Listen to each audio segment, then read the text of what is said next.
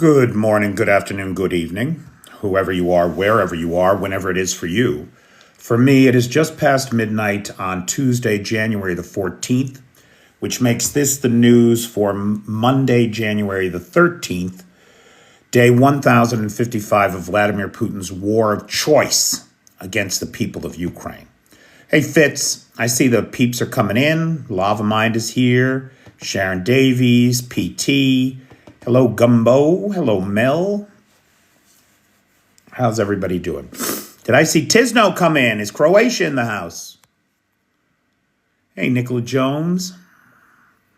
Blue Ariel Silk. How's everybody doing? Tonight's live is brought to you by Blue Ariel Silk, who joined the Patreon. I want to say at the mother level, but at that level or higher, you get a monthly sponsorship. Actually, Blue Ariel Silk gets two. So tonight is Blue Ariel Silk. Hey, Bobby, how you doing, pal? Did you see my videos about sanctions today, bud? I did a bunch of videos about sanctions. And we'll talk about that a little bit here now, too. Good evening, James. How you doing? Did you see my note? When are you hitting Kyiv? Hey, Neil. Hey, Lars. Hey, Eli. Hey, Mad Mike. How's everybody doing tonight?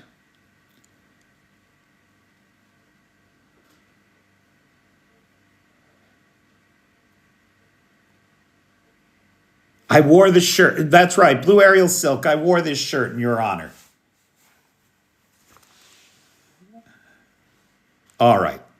So, guys, let's get to what's going on, because there's an awful lot going on. There was a lot going on over the weekend, and there is a lot going on. So, first things first, this morning's or last night's attack on Ukraine by the Russians. The Russian Federation sent 110 drones last night, of which 109 were intercepted for a 99.1% interception rate. Huge. I mean, it's unbelievable what the Ukrainians are doing. Now, this is an important point here. Last month, December, the number of drones that Russia sent at Ukraine hit a peak. No, it fell in December to 1,700. They sent nearly 600 more the month before. In fact, this is the first time since last March that the number of drones have sent, and no missiles, Andrew. No missiles in the last few days. This is the first time that the number has dropped since March. Now, see, we don't know, Mel, right? Like, we don't have a good answer as to why Russia's sending so many fewer drones, because it's a significant number. It's about a quarter down last month from the month before.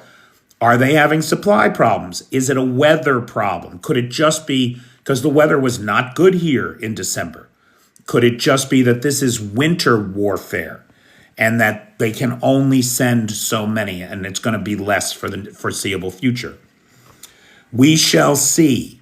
But it is worth mentioning that this is the first reduction in size of drones. Now, see, Mel, that's what I would like to believe. I would like to believe that the Russians are running out of money and they can't afford them. But I said this to a guy I know in the Ukrainian armed forces. I said, do you think they're having trouble with supply? Could they just not be able to make or buy enough drones? And he assured me that that was not the case. So, and he's a person that's in a position to know. So I'm guessing that he's right and I'm wrong when I say that the Russians are running out. Now, Andrew, that only just happened, pal, right? We're talking about the numbers from December. So the fact that they hit the warehouse and factory just this week, just this past week, would not have affected the numbers for December. Hey, Walter Williamson, how you doing?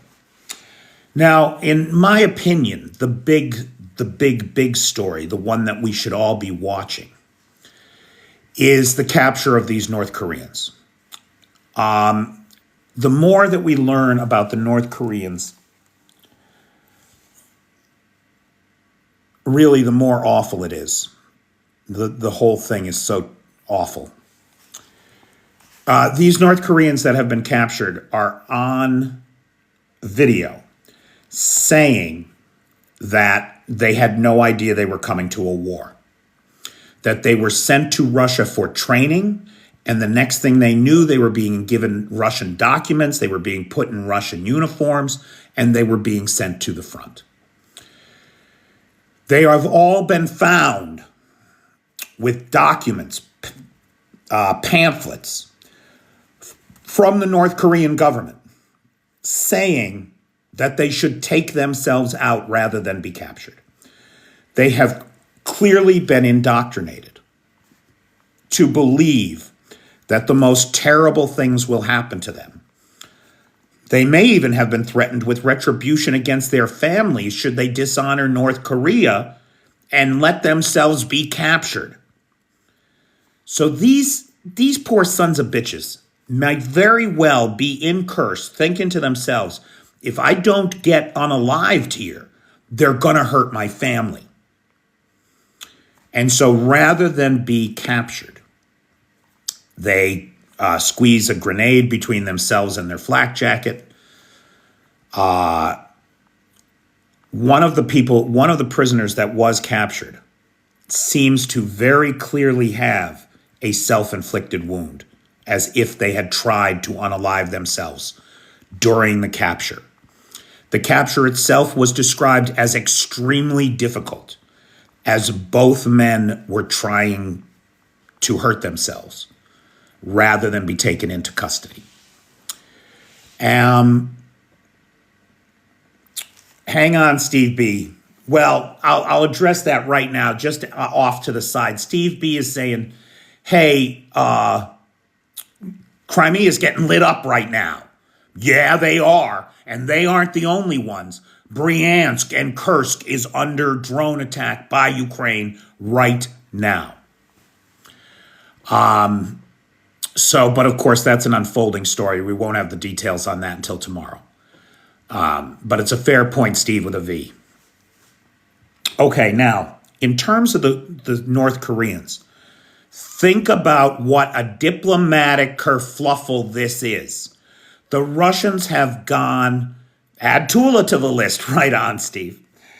Russia has gone to great lengths to hide the identity of these people, down to the point of burning the faces off the dead, burning their faces so that they can't be identified as Korean rather than as who their fake military ID says they are.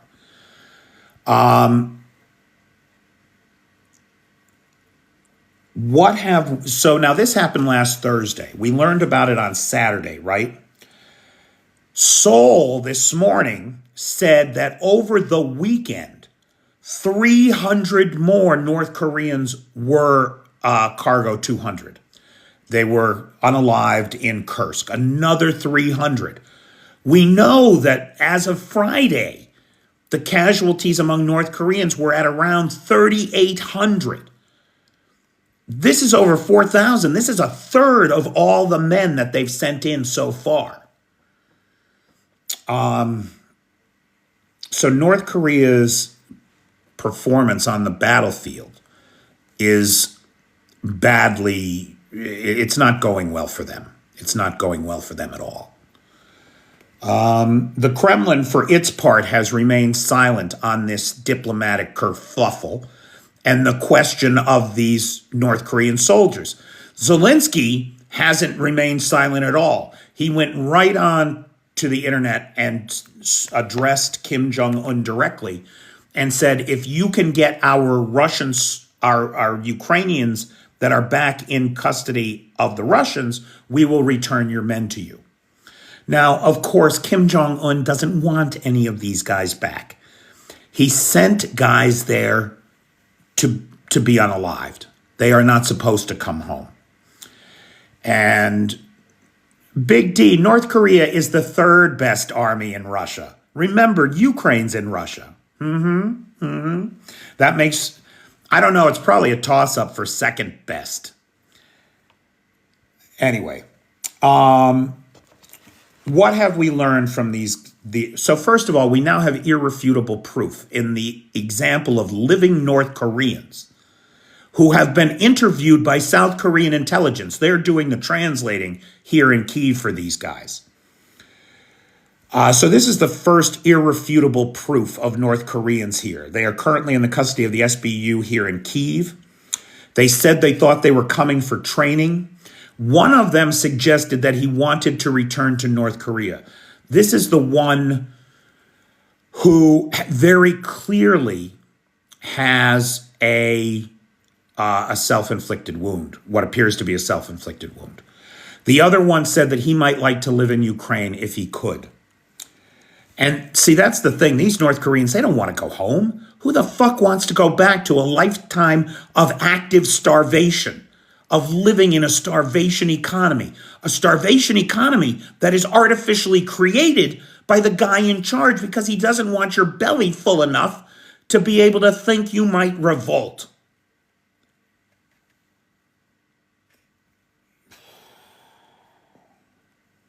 In my opinion, these guys reported that there were high casualties among their units, as we would expect.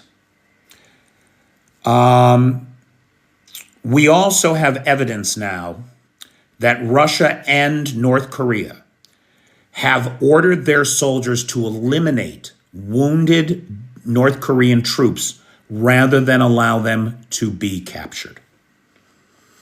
And so if you are badly wounded on the battlefield, as a North Korean, don't turn to your Russian friends or your other North Korean friends for help.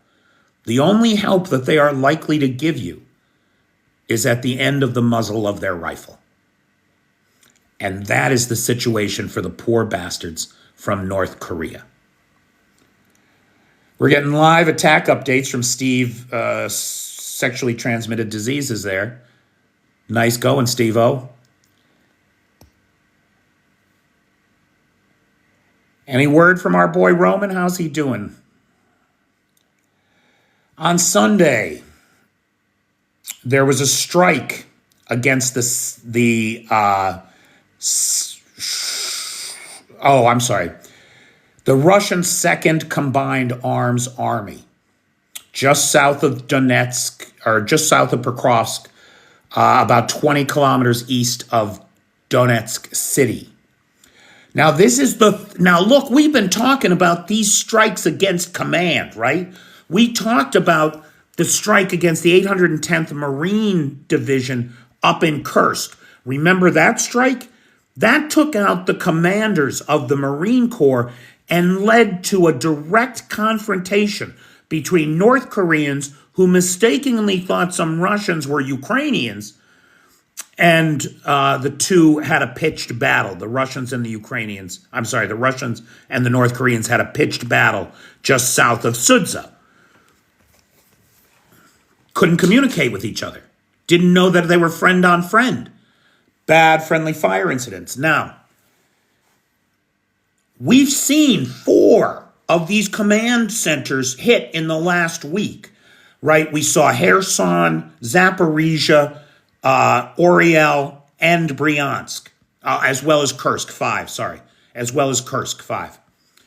Now, if we look at this again, in the last 2 weeks, we've had 3 attacks against the HQ command centers in Donetsk. This one that happened just today against the 2nd Combined Arms Army. Then last week, the 8th Combined Arms Army, about 50 kilometers east of Donetsk city, got hit. And then finally, the 3rd Army Corps, just east of Donetsk city, was also hit. Their HQ was hit. It seems very clear to me that Ukraine is very specifically, with precision, striking the command and control centers of the Russian army, degrading the very centralized command structure, right? Because you cut out those links in the chain, nothing can get done. Nothing can get done. And it seems like the Ukrainians are very specifically targeting command and control.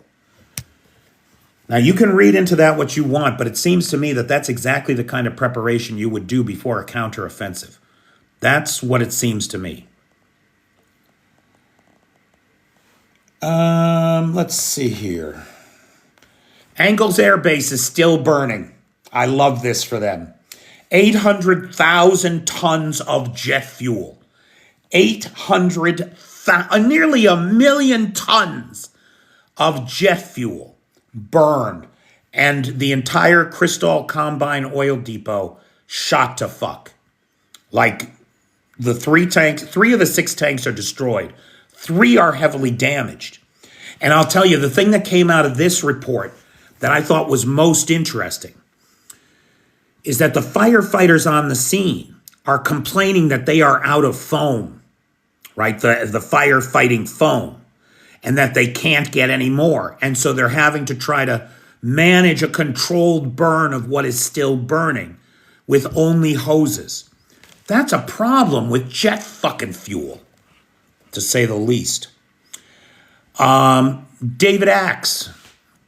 Now, anybody who follows this channel has heard me mention David Axe before. David Axe is an open source intelligence expert with a speciality in war machines, trains, planes, tanks, armored personnel carrier, that kind of thing, right? Now, according to David Axe's analysis in Forbes this week, Ukraine now has tank superiority. The Ukrainians have 1,500 tanks, mostly because they captured 600 tanks from the Russians during this war and are using them against them. So the Ukrainians have 1,500 tanks. The Russians appear to be down to 1,400 tanks. The Ukrainians are slowly getting superiority in every category on the battlefield. Now, I want to take a moment because this question came up about frozen Russian assets. And it's an important conversation to have, so bear with me. If you understand frozen Russian assets, this is a good time to go to the bathroom or check your mail or something. But if you're like most people and you find the whole assets question complicated, as well you should, it's a complicated issue, then hang tight here and let's talk about frozen Russian assets.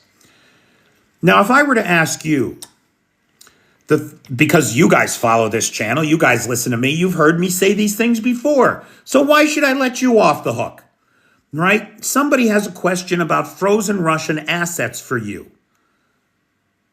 How do you explain who owns the $324 billion in frozen Russian assets? Whose money is that the West has frozen? Can anybody answer that question for me? Show me that somebody's listening to me.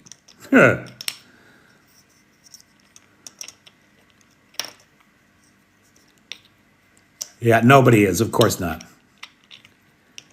Thank you, Big D. Thank you, Lars. These gentlemen have the... Eli has a better answer. Ours, because it's in our banks. It's a good question. Or that's a good point. Yeah, it's not going to be Russian money for long, Dot. So I'm with you, David. It's Ukrainian money now. But who does that money belong to? It belongs to the Russian Central Bank. What we have frozen, now see, PD Slide, this is why this conversation is important, and Mel too. Doesn't belong. That money does not belong to any private individual. When they talk about the $324 billion in frozen Russian assets, they are talking only about the money that the Russian Central Bank held in foreign currency reserves in the West. That is, right, the sovereign wealth fund of the Russian Federation at the start of the war was supposed to have $600 billion in it. $300 billion of that was in Western banks. That is Russian government money that we seized. Now, that's not to say that we haven't seized a lot of oligarchs' money, too. As a matter of fact, there was just a case before the courts in Great Britain of an oligarch who is suing to get his money back. And there's tons of these oligarchs that have had their assets frozen, and almost all of them are in court trying to get their money back. But that is not the frozen Russian assets we're talking about seizing and using for reparations here in Ukraine. That money belongs to the Russian central bank, and soon it will enrich the coffers of Ukraine and keep the Ukrainians in this fight. At least we hope so. I think it was Norway, Lars. Wasn't it Norway that just yesterday or just Friday or today transferred something? I want to say it was less than 500 million, which means however much money the Norwegians have in the bank that belongs to the Russians, it generated less than 500 million in interest that they could transfer to Ukraine. I'm pretty sure it was Norway.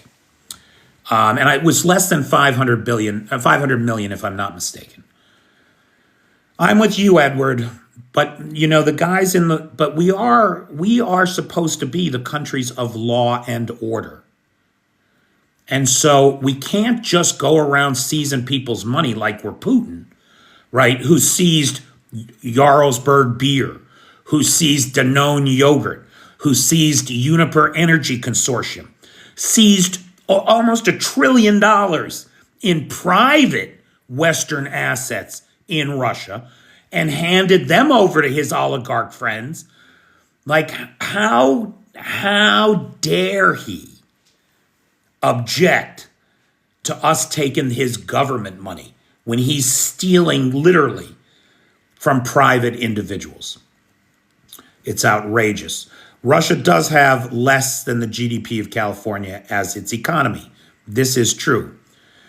Thanks for sharing the live, guys. Exactly, Big D. Every penny counts. So that's the deal on frozen assets, and it's worth coming back to every once in a while just so we're all on the same page, because it is confusing. Now,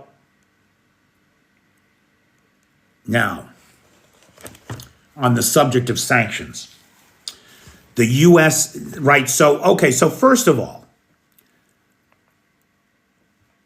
there's the question of the frozen assets, right? Then we have the question of these sanctions that the U.S. has just put in place, and the U.K. has put in place, EU has put in place, and some of the Baltic and Nordic countries are putting in place as well. That's the question of sanctions. Now, what are sanctions and how do they work? And why do they work? Here's why they work and how they work. Sanctions in the U.S. are handled by the Treasury Department because it's all about the money. That's why. The fact is, let's just be honest, forget about our egos, and just tell it like it is. The world's reserve currency is the US dollar. Everybody makes a big deal about how much debt. Ooh, we're so in debt to China. Ooh, what is China going to do? They own all our debt. People who make statements like this, A, have never taken an economics class, and B, do not understand what a debt instrument is or how it makes you money. United States Treasury bonds are debt instruments. We sell them to China. China gives us money. We do infrastructure projects or whatever that make us more money. We pay China back and give them interest. They hold our debt instruments because they know it is a stable hedge against inflation. They are using those treasury bonds to stabilize their economy and generate income for themselves. This is not us in China's pocket. This is China literally in our pockets. So when it comes to the world, there's just no arguing, even though the BRICS people will try to do it with you, that the dollar is the world's reserve currency. The dollar, the pound, and the euro, right? Used to be the French or the Swiss franc. That was a big one. But Switzerland is just too small to keep up, and they haven't been able to keep up. Our banking system is second to none and is not rife with corruption. You put a deposit into an American bank, it is likely to be there for you when you want it. That is not the case in Argentina. Gold is bullshit, Mel. No, listen to Warren Buffett on gold and why Warren Buffett never buys gold. Because it doesn't appreciate. Not the way that resources do, and it doesn't pay the way that resources do. You buy a farm, not only does the farm go up in value over time, but you can earn a dividend from that farm every year if you manage your asset properly. Gold, it's just taking up space. It's nice to have a little gold, don't get me wrong. It's shiny, and it's worth something. Now, this new batch of sanctions, what does it mean? And what are the consequences if other countries fail to abide by them? The short answer is this. There's many other moving parts to this, but the piece that's going to make the most sense and give everybody here the most direct insight into how this works is the shadow fleet. The U.S. has sanctioned nearly 200, and we don't really know how many shadow vessels Russia has. Somewhere between 300 and 600, it's estimated.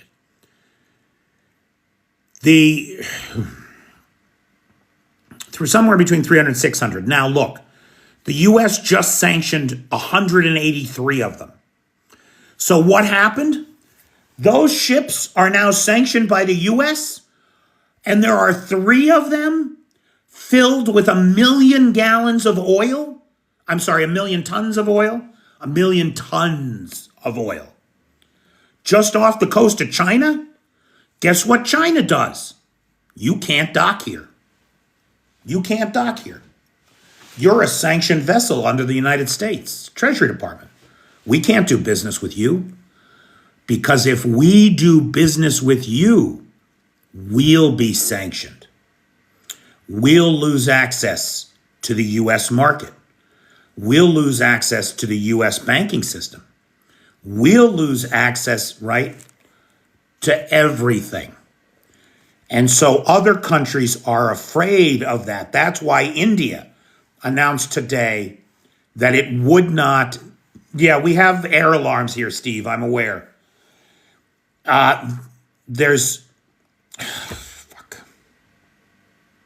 India has also stopped accepting sanctioned Russian oil. So China and India, the 2 main funders of Putin's war of aggression, are now have to go looking for new ways to get around the sanctions to buy Russian oil, or they must squeeze Russia to get them to sell the oil to them at the sanctioned rate, $60 a barrel. That's a 25% discount from the current market for Brent crude. So that's what's happening with sanctions and why you got 3 tankers with 1 million tons of oil doing circles in the South China Sea because nobody will let them in.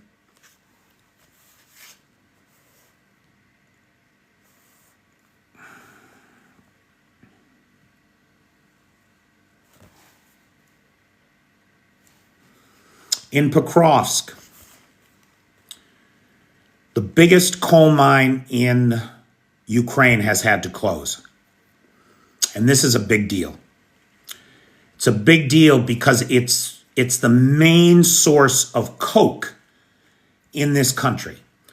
And if you're not from a coal mining town, coal coke might be a new term to you.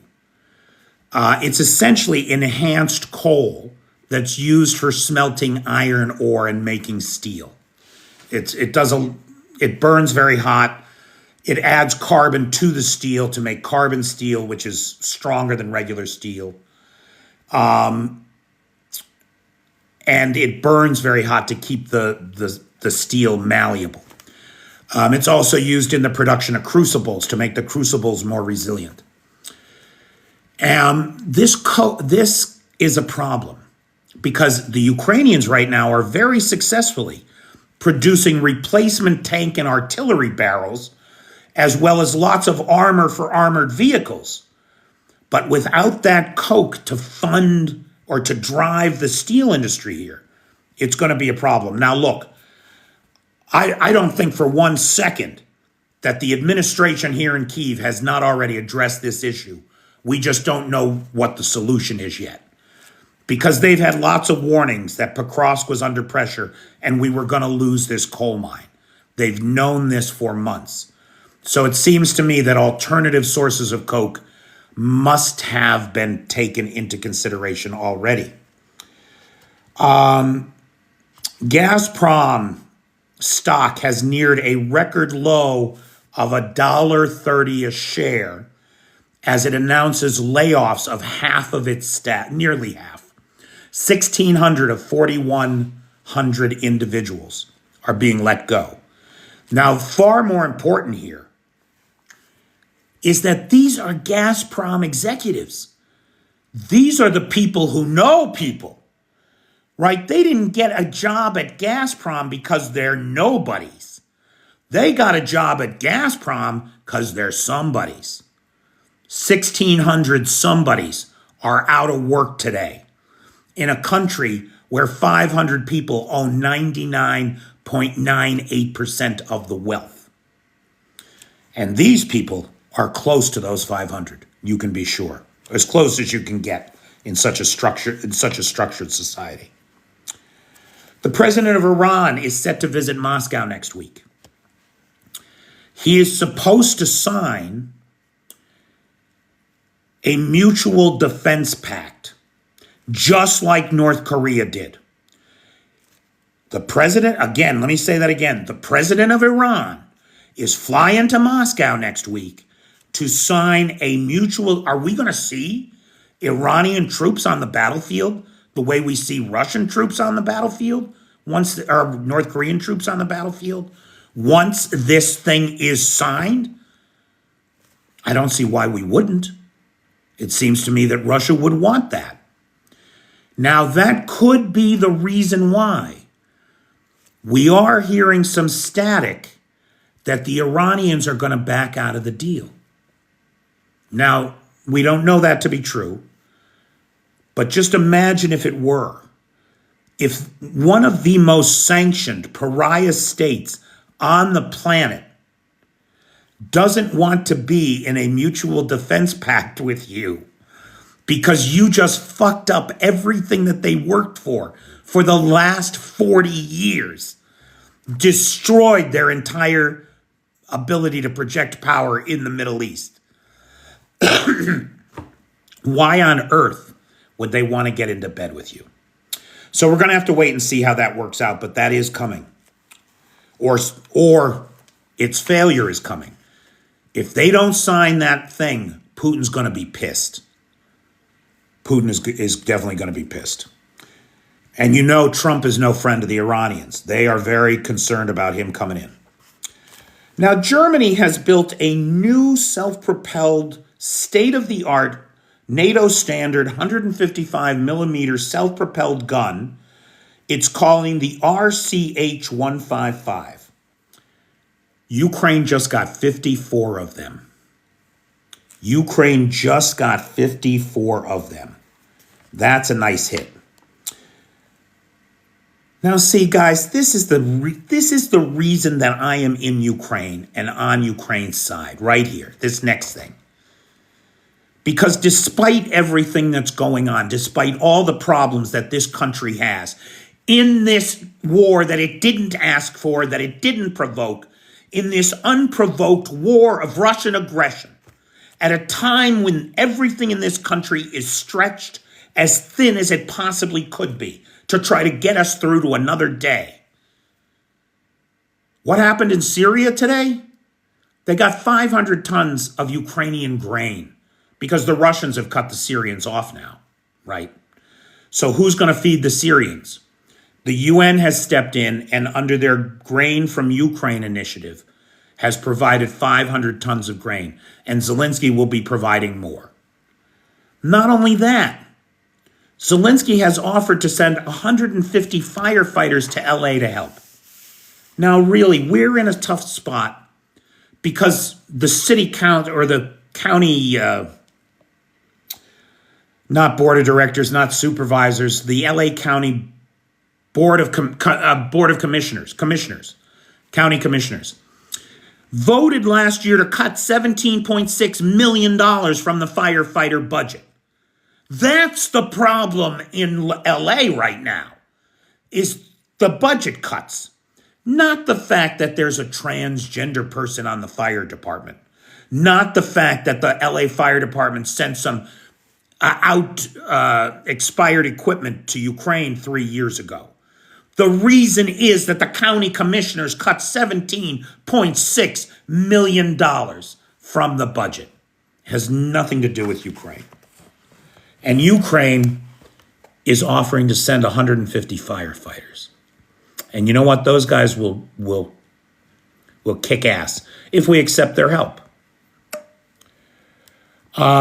Okay, on the front line. Here's the front line update. Russia's trying to flank Kursk from the southeast. And they made marginal gains there today. Lyman is under heavy pressure. There's been a small advance by the Ukrainians south of Sudza. And in a move that is deeply depressing to me, NATO has taken over all air defense from the U.S. in Poland. Now, what NATO is trying to do is Trump-proof NATO in Ukraine, because we just have no idea what the hell Donald Trump is going to do when he gets into office, right? And so, as yet another example of the U.S. actively, consciously, abandoning our position as a leader in the world to go backwards. There it is. We've abnegated our responsibilities for air defense to NATO in Poland. We've abnegated our responsibilities to the distribution supply chain of weapons to Ukraine by turning everything over to the new distribution hub run by NATO in Wiesbaden, Germany. We are surrendering our position as a leader in the world for no reason whatsoever.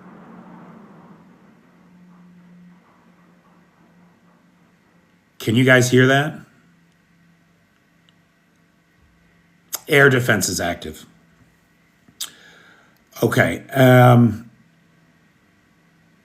You could hear it. I can hear a drone engine right now.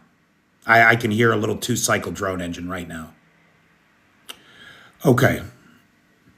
That's air defense and drones, Cheyenne. You're hearing air defense and drones. We're under an air alert right now. All right, but let me finish this thought. We're almost done, guys. I got 2 more things real quick.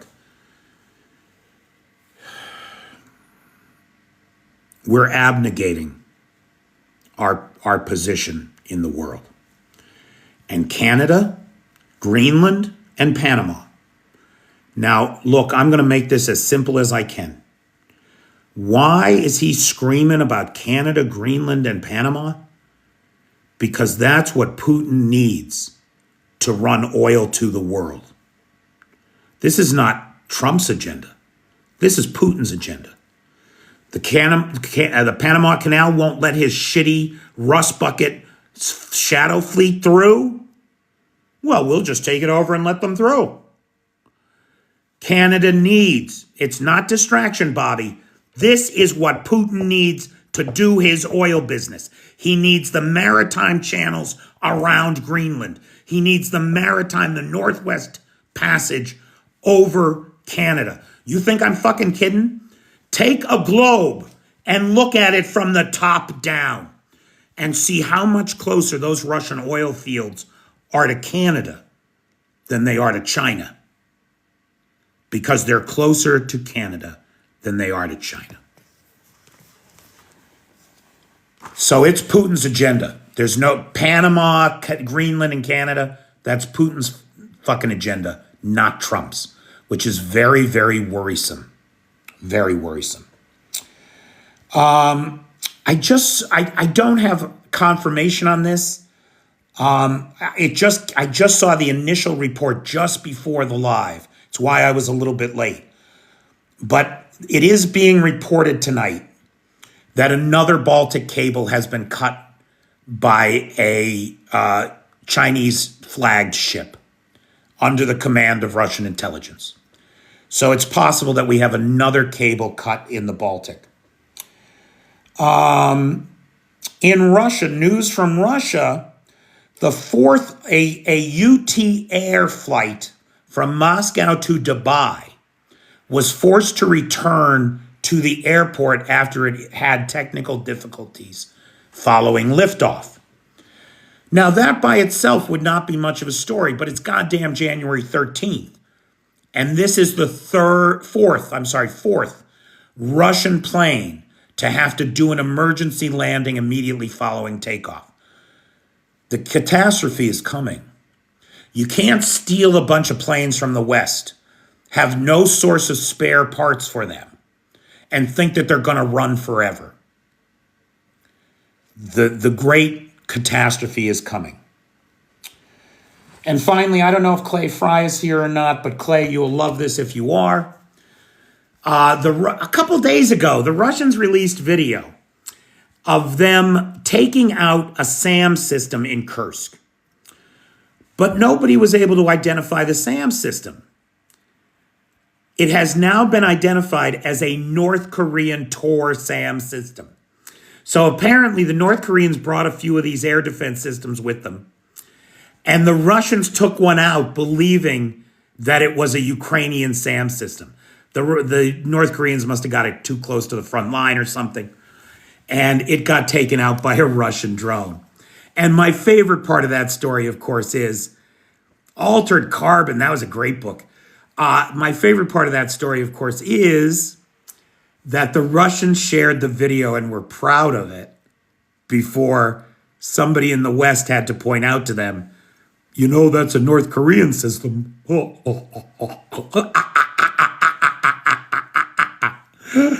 It's hilarious. It's absolutely hilarious.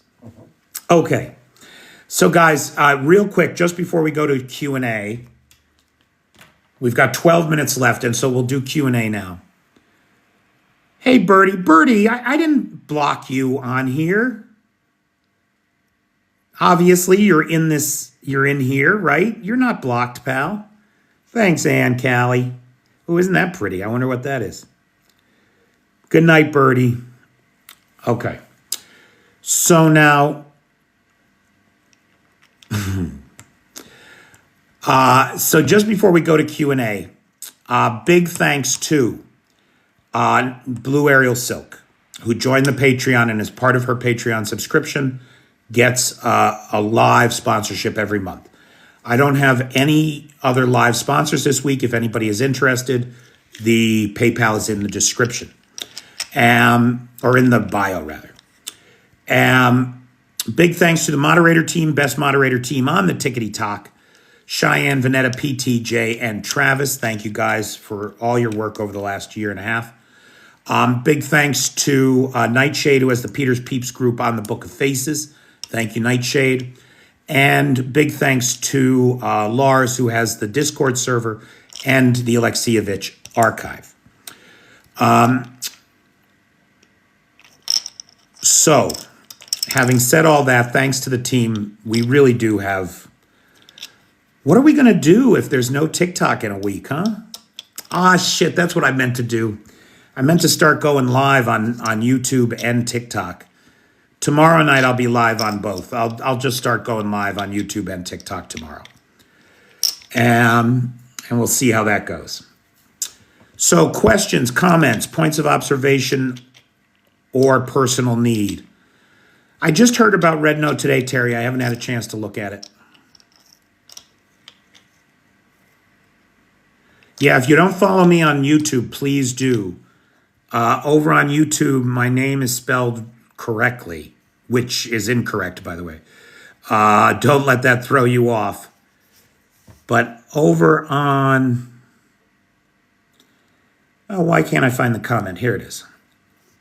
Over on the tube of views, just do a search for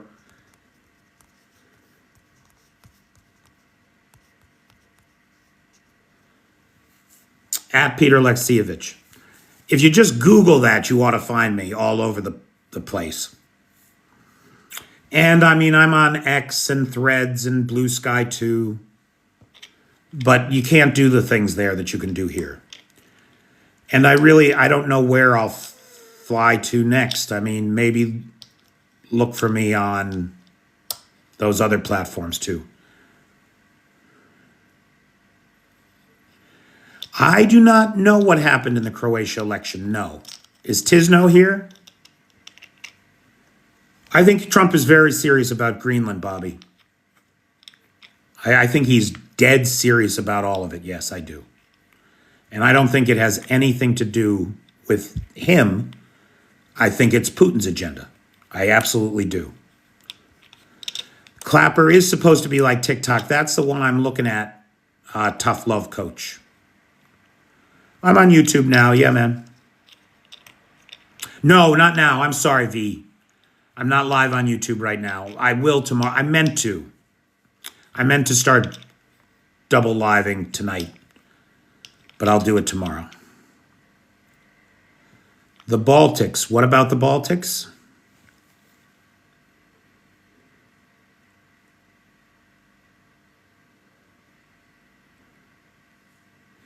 Favorited. I haven't even heard of that one. Russia offered Greenland a 50-50 split with the USA. I did not see that. Interesting, Steve. Good night, Terry.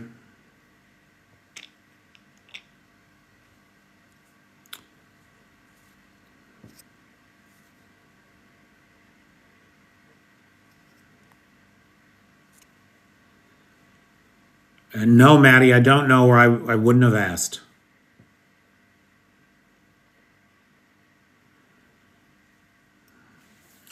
Michael, give me a second and we'll dream together.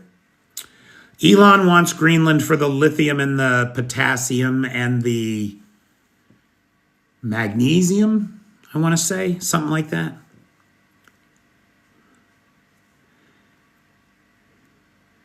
No, and they shouldn't have to either. They should tell us to fuck right off. Outrageous.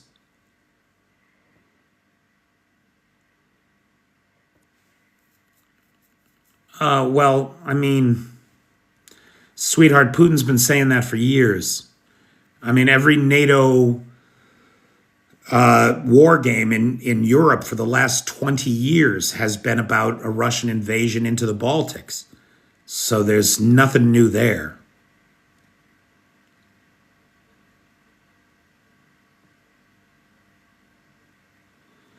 No, green screen. Everything I do is green screen. Trump wants to take money from Saudi Arabia to help us with our AI technology. Bullshit. He wants to take money from Saudi Arabia for himself.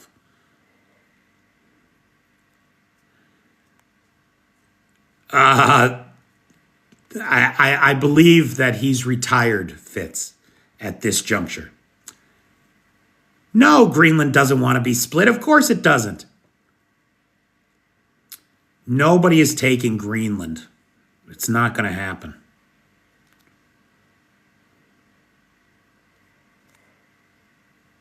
It's so embarrassing. It is. It's so embarrassing. Shipping lanes are the game, and mineral resources.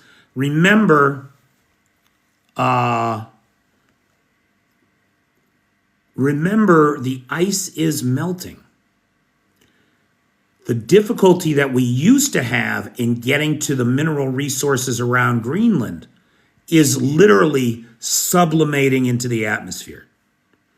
So, manganese. Thank you, freedom doesn't last. Not magnesium. Manganese. Thank you very much. Steve knows about Croatia. The winner is anti-EU and NATO. I am sorry to hear that.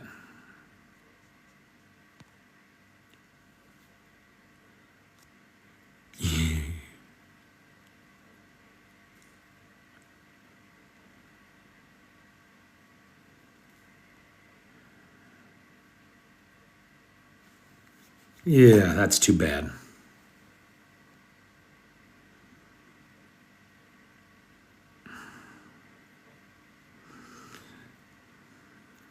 I'll take Greenland and Canada and raise you Panama. Yeah, Steve-O. What's up, pal? Thanks, Ricky. That's what the Russian trolls are always telling me. I'm a great comedian.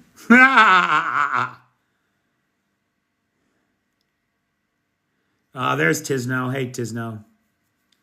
Are you coming to Kyiv next month? Hit me up, brother. Yeah, you need a place to stay. I can make up the spare room for you.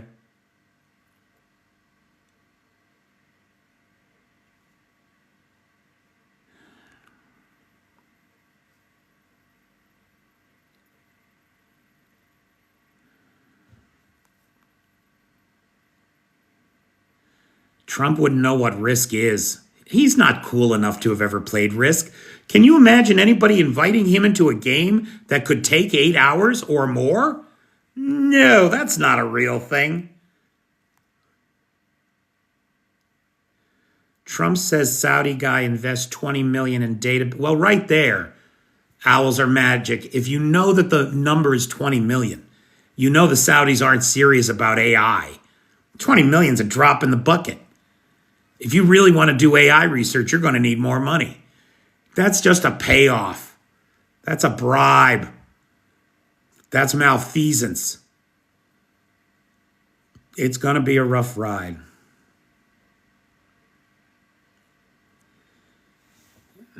The whole Gulf of America thing makes me crazy.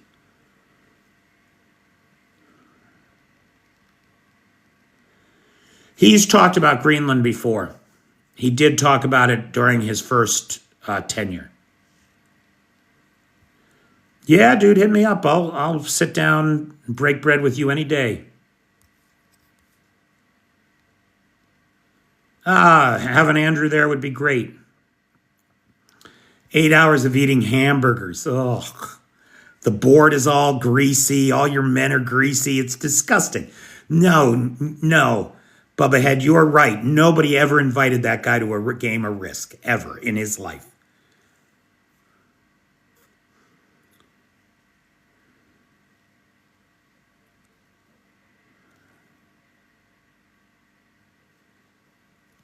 The Panama Canal doesn't have anything to do with the USA.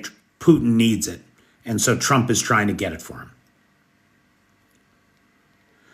Why has that never been a story? That live golf bullshit. Paying Trump $500 million for 3 days of golf? Bullshit. At the same time that all of those secret documents were in the goddamn downstairs bathroom? And all those Saudis were there on the course for 4 fucking days? Why has that never been a story?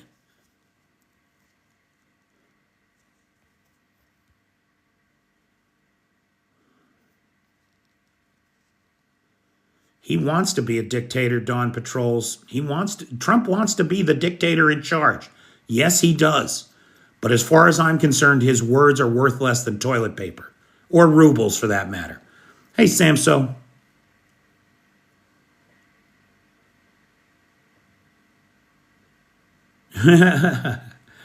I'm a good cook. I am a good cook.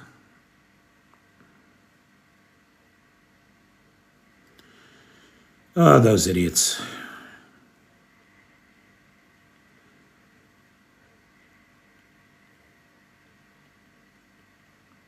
we don't know anything, Paul, about the Crimea attack other than it is happening right now. Bryansk, where else did you say? Did you say Tambov or Tula? No, you said Tula. We know that Bryansk is under attack, Crimea is under attack, Tula is under attack, but we won't know the results until tomorrow. Well, Doug, it's not that our carriers don't fit in the canal anymore. It's that, or Dark Irish, it's that climate change has dropped the level of water in the lake that the Panama Canal pumps water out of to fill the locks. So it can only get so much water out of that lake at a time. And there isn't enough water anymore for the bigger boats. So the very problem or one of the problems that's at hand with the Panama Canal is directly related to climate change. The problems that Greenland are having, because the ice is melting and their resources are being discovered, it's directly related to climate change.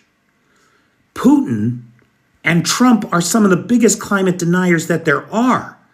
Their whole industry is based on poisoning the planet and making sure we have nowhere to live in 200 years. Their own unenlightened short-term self-interest is what's driving all of this. Right? He thinks Hannibal Lecter's a hero. That should tell you everything you need to know about the guy. Good night, owls. We're just about done here.